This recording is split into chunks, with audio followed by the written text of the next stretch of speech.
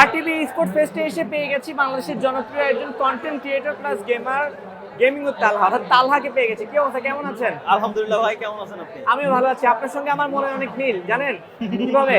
পাঞ্জাবিতে হ্যাঁ, আমরা দুজনই কালা কালা। আবার অমিলও আছে এক জায়গায়, কি অমিল? সেটা হচ্ছে কি আপনি বিবাহিত বর্তমানে আর আমি অবিবাহিত। এই যে আপনি প্যাচে পড়ে গেলেন, এখন বলেন বিয়ে করছেন কবে? বিয়ে ইনশাআল্লাহ খুব শীঘ্রই হয়তো 2026 এর ভিতরে করব ভাই। 26 সাল, সে ইনশাল্লাহ। এখনো অনেক দূর, দিল্লি এখনো অনেক দূরে। যাই হোক, এই যে স্পোর্টস ফেস্ট হচ্ছে এবং বলতে গেলে এখানে ফ্রি ফায়ার কমিউনিটি একটা মিলন মেলা, সেই সুদূর কোন জায়গা থেকে এসেছেন? আমি হ্যাঁ। আমি নড়াইল হগড়া। হ্যাঁ, নড়াইল থেকে এসেছেন। তো এই জায়গায় যে ফ্রি ফায়ার ফেস্ট হচ্ছে বা ফ্রি ফায়ার কমিউনিটি এত এত মানে সবাইকে দেখে কেমন লাগছে? মাশাআল্লাহ ভাই, মানে ফার্স্ট টাইম আমাদের বাংলাদেশে এত বড় একটা ল্যান্ড টুর্নামেন্ট ভাই অনুষ্ঠিত হচ্ছে। আর এই ল্যান্ড টুর্নামেন্টের পর বাংলাদেশে ক্রিয়েটর তো আসছেই, সবাই আসেনি বাট ক্রিয়েটর আসছে, এবং একই সাথে এখানে এত পরিমাণে অডিয়েন্স, আর অডিয়েন্সের এত পরিমাণে ক্রাউড যে ভাই বলে বোঝানোর মতো না। কারণ এটাই বাংলাদেশে মনে হয় সব থেকে বড় ল্যান্ড টুর্নামেন্ট। আচ্ছা, স্পোর্টস নিয়ে তো কিছু কিছু জায়গায় তো ব্যান করা আছে, ফ্রি ফায়ার তার মধ্যে রয়ে যাচ্ছে। শোনা যাচ্ছে খুব শীঘ্রই ঘোষণা আসবে, খুব তাই শীঘ্রই তো? পাবেন কেমন ইনশাআল্লাহ। আশা করছেন? যদি ভাই আনব্যান হয়ে যায়, যদি বলতে কি আমরা আশা রাখি, যেহেতু আমাদের বর্তমান মাননীয় প্রধান উপদেষ্টা উনিও কিন্তু স্পোর্টস এর ভিতরেই আছেন। হয়তো আপনারা অনেকে জানেন বা অনেকে জানেন না যে উনিও বর্তমানে স্পোর্টস এর ভিতরে আছেন। সুতরাং এই দিক থেকে আমাদের জন্য একটু বেশি প্লাস পয়েন্ট। আর যদি ফ্রি ফায়ার বাংলাদেশে মানে অফিসিয়ালি আনব্যান যেদিন থেকে হয়ে যাবে, এরপর থেকেই দেখতে পারবেন ইনশাল্লাহ বাংলাদেশে অনেক বড় বড় এরকম অফিসিয়াল টুর্নামেন্টের প্রয়োজন, আর অফিসিয়াল টুর্নামেন্ট গুলো অনুষ্ঠিত হবে ইনশাল্লাহ। আচ্ছা, এই যে ফ্রি ফায়ার যারা প্লেয়ার, স্পোর্টস এর প্লেয়ার আছে ফ্রি ফায়ারের, এদের আসলে বাংলাদেশে যারা আছে, অনেকে তো শুনছি যে বহির্বিশ্বে কেউ খেলাধুলা করে আসছে, হ্যাঁ। play করে আসছে, তাদের সম্পর্কে জানতে চাই। এবং বাংলাদেশে আপনার কাছে কি মনে হয় যে স্পোর্টস এর বা ফ্রি ফায়ার কমিটির ভবিষ্যৎ কেমন? অবশ্যই ভাই, যারা স্পোর্টস প্লেয়ার শুধুমাত্র ভবিষ্যৎ তাদেরই আছে। অ্যাজ এ ক্রিয়েটার হিসেবে আমি যদি বলি আমার কিন্তু কোনো ভবিষ্যৎ নাই, বাট একজন স্পোর্টস প্লেয়ারের ভবিষ্যৎ আছে। স্পোর্টস প্লেয়ার যদি হয় ব্যাটল রয়্যাল গেমের, তাইলে ভাই ব্যাটল রয়্যাল সে যে গেমই খেলুক না কেন সে পারবে। হয়তো তার প্র্যাকটিস করতে 1 থেকে 2 ঘন্টা সময় লাগবে, বাট সে পারবে, এবং সে ভালো একটা ক্যারিয়ার করতে পারবে শুধুমাত্র স্পোর্টস দিয়ে ভাই। আচ্ছা, সোশ্যাল মিডিয়ায় একটা দ্বন্দ্বে চলে আসছি। সোশ্যাল মিডিয়ায় দেখি দ্বন্দ্ব একটা দেখতে পাই, ফ্রি ফায়ার সঙ্গে পাবজি কমিউনিটি বেশ রেশারেশি, কেন? এটা শুধুমাত্র আপনি সোশ্যাল মিডিয়ায় দেখতে পারেন। আচ্ছা। আর এইটা যারা করে তারা হচ্ছে ভাই টোটালি চিপ মাইন্ডেড। আচ্ছা। ঠিক আছে, এটা যারা করে টোটালি চিপ মাইন্ডেড, এটা হচ্ছে ফেসবুকে ফলোয়ার বাড়ানোর জন্য ওই করে বেড়ায় PUBG versus free fire, free fire versus PUBG, free ফায়ারকে ভালোবেসে থাকলে লাভ রিঅ্যাক্ট দিন, পাবজিকে ভালোবেসে থাকলে লাইক দিন, এই টাইপের ভাই। এইগুলো যারা করে ওরা হচ্ছে চিপ মাইন্ডেড। গেমার বলতে বোঝায় যে সব গেমই খেলে, সেই তো একজন গেমার, তাই না? Not only free fire, not only PUBG. আমি অলওয়েজ বলি ভাই, এখনো বলতেছি এটাই। আচ্ছা, আরেকটা প্রশ্ন, এই যে স্পোর্টস যেই কারণে ব্যান হয়েছিল, একটা অভিযোগ ছিল অনেক ধরনের রেশারেশি বা কিংবা দাঙ্গা হাঙ্গামা শেখানো হয়। আবার আমাদের অভিভাবকদের কিন্তু একটা অভিযোগ আছে যে ছেলে পেলে গেমস খেলতে খেলতে নষ্ট হয়ে যাচ্ছে। এই ব্যাপারে আসলে আপনার কিছু বলার আছে?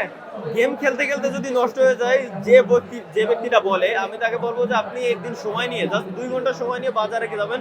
আপনার বাজারে যায় চায়ের দোকানে জাস্ট গিয়ে দেখবেন ওইখানে কি সে গেম খেলতে খেলতে নষ্ট হচ্ছে নাকি জুয়া খেলতে খেলতে নষ্ট হচ্ছে। কারণ এই টোটালি জুয়াটাই কিন্তু পুরো বাংলাদেশকে ধ্বংস করে দিচ্ছে। গেমস কোনোদিনও ধ্বংস করতে পারে নাই। যারা ধ্বংস হচ্ছে তারা টোটালি জুয়া খেলার মাধ্যমে ধ্বংস হচ্ছে, গেমস খেলার মাধ্যমে ধ্বংস হচ্ছে না। তো সুতরাং এটা টোটালি একদম ভুয়া কথা, বানোয়াট কথা, মিথ্যা কথা। অর্থাৎ একটা কথা বলা যায় যে নেশা করা যাবে না, তবে পেশা হিসেবে ভালো, রাইট? মানে পেশা গেমস হিসেবে খেলাটা নেশা হিসেবে নিলে হয়তো বা খারাপ হয়ে যাবে, কিন্তু পেশা হিসেবে টাইম পাস হিসেবে নিতে পারেন। টাইম পাস করবেন আপনি, জাস্ট সারাদিন কাজ শেষে এরপর রাত্রে এসে একটু গেমস খেলেন, ব্রেনটা ফ্রেশ হবে। এটা বিজ্ঞানীরাও প্রমাণ করেও দেখাইছে কিন্তু। এখানে এসে কোন কোন কন্টেন্ট ক্রিয়েটরের সঙ্গে দেখা হয়েছে আপনার?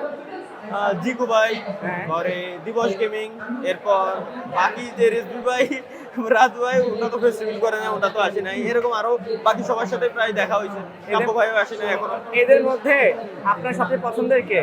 পছন্দের আমার ভাই সবাই, আমি কেউ আমি ইচ্ছা করে প্রশ্ন করেছি, আপনি বলতে হবে আজকে যে এই আমার ভাই নামগুলো পছন্দের সবাই, আমি ডিভাইড কেউ করতে পারবো না। আচ্ছা আচ্ছা, এখন চিৎকার শোনা যাচ্ছে, বোঝা যাচ্ছে কেমন এনজয় করছে। এখন একটা প্রশ্ন করি, বলুন তো মিশর কোন দেশে অবস্থিত? মিশর? কোন দেশে অবস্থিত? মিশরই তো দেশ। মিশরের দেশ। মিশরের একটা নদের নাম বলুন। নীল নদ। নীল নদ, এটা কি নদী নাকি নদ? নদ আর নদী আলাদা ভাই। আমি তো জানি না, আপনাকে প্রশ্ন করলাম মিশর কি নদ নাকি নদী? বর্তমানে মেবি নদ। বর্তমানে নদ, ভবিষ্যতে কি নদী হওয়ার চান্স আছে? নদী হওয়ার চান্স নাই, যেহেতু ওই নদীতে মেবি এখন শুকাই গেছে অথবা এই টাইপের কিছু একটা হইতে না, পারে। না, না, আপনি ভাই প্রশ্ন করেন খুব কমপ্লিকেটেড প্রশ্ন ভাই। না, এজন্য নীল আমি নদ শুকায় নেই ভাই, নীল নদে পানি আছে। যাই হোক, আপনার সাথে মজা পানি করলাম। আছে? হ্যাঁ, অবশ্যই ঠিক আছে, পানি তাহলে আছে। ওটা নদ নদী দুইটাই। না না, ওটা নদী। হ্যাঁ, নদ একটা, নদী আরেকটা, এই জন্য মজা করে তাইলে আমি জিজ্ঞেস ঠিকই করেছি। ছিলাম ভাই তাইলে। হ্যাঁ, তাহলে তো আমি ঠিকই বলছি। না না, আপনি বলছেন বর্তমানে নদ আছে, ভবিষ্যতে নদী হওয়ার চান্স আছে। যেটা নদী হবে না কখনো। যাই হোক, আপনাকে শেষমেশ বলতে যে আপনাকে ভক্তরা আছে না, তাদের উদ্দেশ্যে কিছু বলে দেন। যাই হোক, প্রথমে বলি যে আমার কোনো ভক্ত নাই ভাই, যারা আছে তারা সবাই আমার ভাই। প্রথমত কথা, কারণ আমি চাই না কেউ আমার ভক্ত হোক। ফলো যদি করতে হয় নবীজিরাই করুক, অন্য কারো ফলো করার দরকার নেই। এবং দ্বিতীয় কথা, যদি এটা আনব্যান হয়ে যায় তো সেই ক্ষেত্রে আমি বলবো যে বাংলাদেশে যত বড় টুর্নামেন্ট, ল্যান্ড টুর্নামেন্ট আসতে যাচ্ছে, ওইটার কাছে আরটিভি আপাতত মানে কিছুই মনে হবে না তখন। মানে এত বড় বড় টুর্নামেন্ট আসতে যাচ্ছে, ওইটার কাছে এগুলো তখন কিছুই মনে হবে না। ইতিমধ্যে আপনি দেখছিলেন যে এর আগে যে অফিসিয়াল টুর্নামেন্টটা হয়েছিল, জাস্ট আমাদের 12 জন ক্রিয়েটর মিলে সেইখানে লাইভ স্ট্রিমে ওয়াচিং ছিল 90,000 প্লাস কন্টিনিউয়াসলি। তো আমি জাস্ট এটাই বলবো, জাস্ট ধৈর্য ধরুন, অপেক্ষা করুন। যদি ক্যারিয়ার ই স্পোর্টসে করতে চান তাহলে ই স্পোর্টস নিয়েই পড়ে থাকুন, টুর্নামেন্ট নিয়েই পড়ে থাকুন।